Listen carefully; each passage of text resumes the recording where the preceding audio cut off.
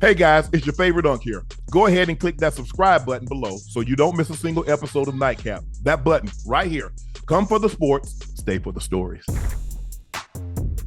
Ocho, you remember we had the conversation of the other day about does Dallas have a winning culture?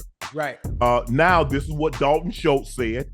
He was a former tight end. He's now a Houston Texan. Right. This is what he said. He described the locker room environment to the Star. It's a zoo. Schultz appeared on the Pat McAfee show on ESPN and talked about the differences between playing for the Texans and playing for the Cowboys.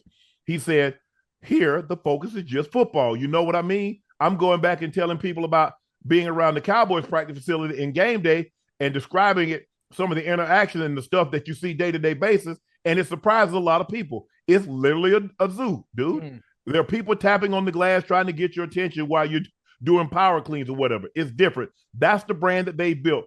That's what Jerry likes. That's just the way they run things there. There's nothing wrong with that. You don't realize how many eyeballs that you have, and it may be distract you in the locker room. Just being in the facility until you go there, go somewhere else, and you're like, holy crap, there's none of that. Schultz spent 5 years in the Cowboys before signing in 2023, and I think he just re-signed a 3-year deal. So let that sink in, Ocho. So how is that a winning culture? When you're trying to work out and people tapping on the glass trying to get your sit, people walking through the locker rooms. Right. That's not a museum. I mean, it's not a museum, but obviously it's a museum. That's why it's called Jerry's World. So everything that's a part of that star and everything that Jerry has built up to this point is all about selling. It's all about selling yourself, and that's what he continues to do. He does it in the off season, he does it in season, and he does it in the most important parts of the structure, practice. When you're working out, when you're training, listen, it's what it is. It's what it's always been. What I don't like this part. I don't like the fact that Dalton Schultz considered it a distraction. You play. It is a distraction. Listen, stay with me, baby. You play in front of 70,000. I don't know how much Jerry World holds. I don't know how much it holds. But when you're locked in the practice, I don't care if it was a bunch of strippers walking around. I'm locked into what I have to do at that present time. But I understand what he's saying, how it can be distraction. But like, listen. What about the weight room? So when you was working out with and Paul Brown, did they have fans coming through? You know they didn't have that. You know they didn't have that there. Okay, I'm just saying in general, when you're in the workplace, nothing else should be able to distract you. I don't care what it is, but Ocho. I understand where he's coming from. Ocho. Hey, I have one more thing before you go. When you talk about a winning culture. When you talk about a winning culture, that is something that the Cowboys do have. They have a winning culture when it comes to the regular season. A winning record. They have a winning record. That ain't no winning culture. Now, okay, I see what you're saying. I see where you're going. But as far as the postseason is concerned, they haven't had that part of success. And maybe it might be them needing to pull the reins back, and it all starts with Jerry Jones, like I've always said. Ocho, see, you gotta look at this differently. See, yes, I know everything's not a distraction to you because y'all practice on the underpass. People can get out and park their car and watch you guys practice. So people at home, don't listen to Ocho because their practice is open to the public anyway because they practice up under underpass. You can park your car on the highway and get out and watch the Bengals practice. Yeah, but that's way up yonder though. That's way up yonder. I'm just speaking on the fact for me. I can only speak for me specifically is when I'm locked in, just say the weight room. Just say the weight room. Now I wasn't no swole. I'm just saying once I am locked into that space mentally, I don't give a fuck I'm sorry. Damn it, I curse. I don't care what's going on around me. That's all. Now, other people might feel different and consider it a distraction, and they have a right to do so. I'm just telling you how I would be if I was in that atmosphere. But go ahead. Okay. I agree with Dalton Schultz. I don't think that's a winning mentality. Yeah. I don't think that's conducive. That's probably the only place that happens. You think that happens in Kansas City? Absolutely fucking not. What about New England? Man, child, please. You know better than that. Oh, well, you were there, so you would know.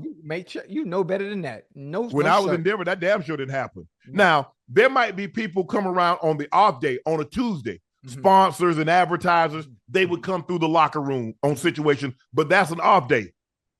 On Monday, Wednesday, Friday, Thursday? Oh, hell no. Now, I will say Fast Friday. Fast Friday. That's when some people would be able to come out and watch the shorter practice that we had. Yes. Family. Yeah, they're yeah, exactly. Y'all had that too? Yeah. Yeah, that's the only time I saw anybody. Only time I saw anybody. But everybody, hold on. That wasn't for everybody. No, everybody couldn't just have their family show up. That was a John Elway, a Terrell Davis, a Shannon Sharpe. That was for a very select few. Everybody just couldn't have you, the 46th guy on the roster. You ain't fit to have your family standing there watching. Mike Shanahan wasn't playing that bullshit. Right. So you understand? Did I have a couple of my homeboys come? Absolutely. Yeah. And the first thing, Mike, well, who was that? Oh, that's 84's people. Okay. Right. So you understood. Now I didn't. They wasn't out there every practice, but my homeboys would come probably once or twice a year. And then when they come to the game, I get them on the sideline. But sideline passes weren't for everybody. Nah. That's for immediate. No, that's for the star. Yeah, guys got sideline passes and got their homeboys on the sideline. Right. But my obviously, my sister, my mom, they wanted to be sitting down. My mom was too old to be standing on the sideline anyway. But when I was in Baltimore, I had a suite. Me and Ray split a suite. And so my family was in the suite. But in Denver, Mike wasn't playing that. Right. I mean, Mike was bad. Look here. Mike better not catch you looking dazing. Mike like, hey, what'd you do last night that you can't focus on practice? Right. Man, Mike ran a tight ship. He ran a very tight ship, and I appreciate that. Check this out, Ocho. Parsons, the Cowboys are going to pick up Micah's fifth-year option. The surprise is, however, Dallas is conducting said business. Parsons will receive the option as a defensive end, not a linebacker. By doing so, the Cowboys will save roughly $3 million. Micah will make $21.32 million as a defensive end. Had he played up under the under the linebacker tag, he would have gotten $24 million. But this is chestnut checkers. He's looking at Myles Garrett. He's looking at Joey Bosa's numbers. Those are the guys. Montez Sweat just got a monster deal. Yeah. So he's looking at the defensive ends. Right. The linebackers, I think TJ Watt might be the highest paid linebacker. Right. He's like, I don't want TJ Watt money. I want that $100 million. That $150 million for 6 years. I want $100 million guaranteed. That's what he's looking at. Now, what do you think the chances of him getting that is? Especially with the fact that they have to do Dak. They definitely have to do CD. Is there enough cap room? Is there a way to manipulate the numbers where Micah can get what he deserves as well? I play football. That's not my job to worry about. You worry about that. I want my money. Right. Ain't that what they tell us? They tell us you play football and don't worry about business. So when you come to me and ask for a discount for cap purposes, I play football. That's not my responsibility. You handle the cap. Right. So that's why I'm asking you, do you think they will be able to hell yeah. Okay. But here's the thing that you have to give up, Ocho. Yes, sir. If you get an extension, you got to sacrifice, because the only way you know your true value is that you become a free agent. That's the only way. They not gonna allow Micah Parsons to become a free agent. Come on now. You know better than that. But I'm saying this is a generational talent we talking about. I'm willing, you know what, Ocho? Yes, sir. I'm willing to give up a little money to get the security right now. Right. So instead of maybe getting $100 million fully guaranteed, I'll take 90. So I gave you $10 million because you got to understand there's no state taxes. So I just saved myself somewhere between $9 and $12 million. Right. Okay. So what can't you buy with what can you buy with 90? Well, with $100 million that you can't buy with 90. You're right. And plus he's Micah Parsons. He's a star. Man, if they were to ever win, if they were to win a Super Bowl, Dak would be the mayor of Dallas. Yeah, they'd have to put a statue out front. They got to put a statue out front while he's still playing. Absolutely.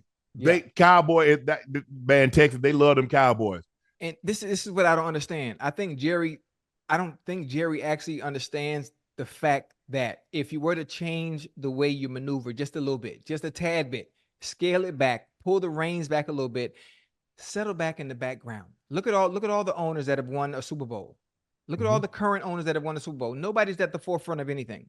Nope. Nobody's selling the product of the team because they don't have to. Think about what the Cowboys are worth right now. 9 billion, 9.2. at what point maybe someone could tell Jerry, or maybe Jerry might see this. Think about if you won a Super Bowl. If you work $9.2 billion now, what do you think you'll be worth if you won?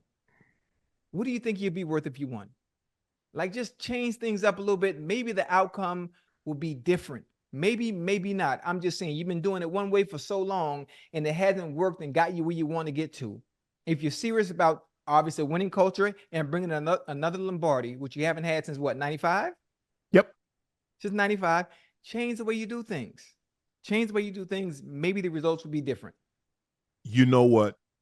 In my experience, I'm just speaking through my experience, what I've been able to deduce is that people would rather lose their way than win someone else's way. Think about what I said, Ocho. I would rather lose my way than win someone else's way. It seems to me Jerry will do the same thing what he's been doing, but he's not losing. You said what's the most valuable franchise in all of pro sports? Yeah, the Cowboys. The Cowboys. Right. Okay. Who makes more money than any other pro sports team? The Cowboys. So what has he actually lost? Nothing. But listen, Jerry's a smart businessman. Jerry exactly. Loves Jerry's always about that bottom line. Jerry's always about the dollar. So understand, but the bottom line is up here. I know he's already up there, but how do we even climb that ladder a little higher? How do we double your net worth? How do we double the revenue that the Cowboys already bring in? How do we set ourselves apart, even further apart from all the other sports teams? How do we do that? By winning, maybe changing your ways and your approach to the game that you choose not to can do just that as a businessman. But see, now there goes to my theory. Somebody else going to get the credit. See what you did, Ocho? You took the credit from me. No, I can't let you do that, Ocho. I can't let you do that, Ocho. There's no way. There's no way you really think Jerry is really worried about the credit when you think about the Cowboys. The first thing you think of is Jerry Jones. He fired Jimmy Johnson after back-to-back Super Bowls. Now you tell me what he's thinking. That might have been something personal between those two that we don't even know about. What you think?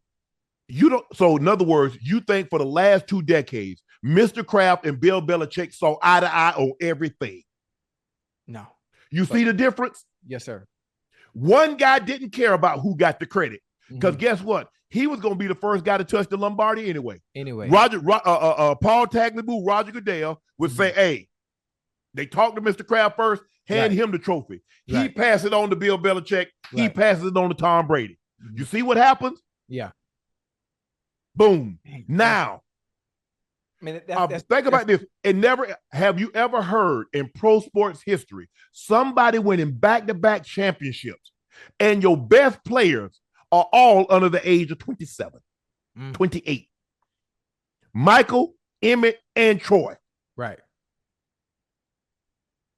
Where they do that at? That's crazy.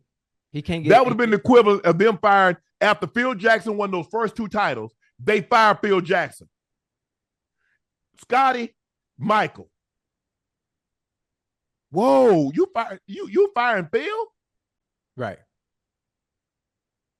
Now you see how asinine it actually sounds when you think about it. It does. And the funny thing about it, since Jerry loved to talk so much, since he's always in front of the camera, obviously you would remember better than I do during that time. What was the reasoning behind the firing? Did Jerry come out and say something, or he didn't like because he got his indoctrination of being an owner from Al Davis. Right. Al Davis was very hands-on. Al Davis was in the front. And everybody was okay with that. Jimmy, if you know Jimmy is Jimmy. Jimmy runs a tight ship. Jimmy is the first. Jimmy is the tight ship. You mean like Tom Coughlin tight, like Bill Parcells? Oh yeah. Okay. I speak to the team. The owner doesn't speak to the team. The first word that they hear is my voice. The last word they hear is my voice. Right. Jimmy kept him at a distance. Jerry seethed. Did you hear what you just said? Jimmy kept him at a distance. And what because did they Jimmy knew? You just answered it. Jimmy kept him at a distance. And what did they do when Jimmy kept him at a distance? They won how many Super Bowls? They won 2. God damn. But then what did I tell you? They was winning, but Jerry didn't get the credit. Thank you. That's what I've been telling you. Okay. Then you know what? He don't want it as bad as he don't want it as bad as he say he does. Then we put a poll up. What the current poll? Cowboys reached the AFC Championship game, 17%. Unc sends Ocho his fan mail. Y'all got that wrong. I'm gonna keep this one. You gonna keep it for real? Yeah. You know my address though. I ain't never seen. What's it called again? Funko. Chad Johnson, number 85. He got a little scully on. He got some glasses. He got a cheeseburger in his hand, and he got a soccer ball with a microphone with a soccer ball at the top of it. You serious? Can you see it? Yeah, I can see it, but because it's in the plastic, it's hard. It's hard to, like, to get a Hold on, I'm finna Google it. I'm finna Google it real quick.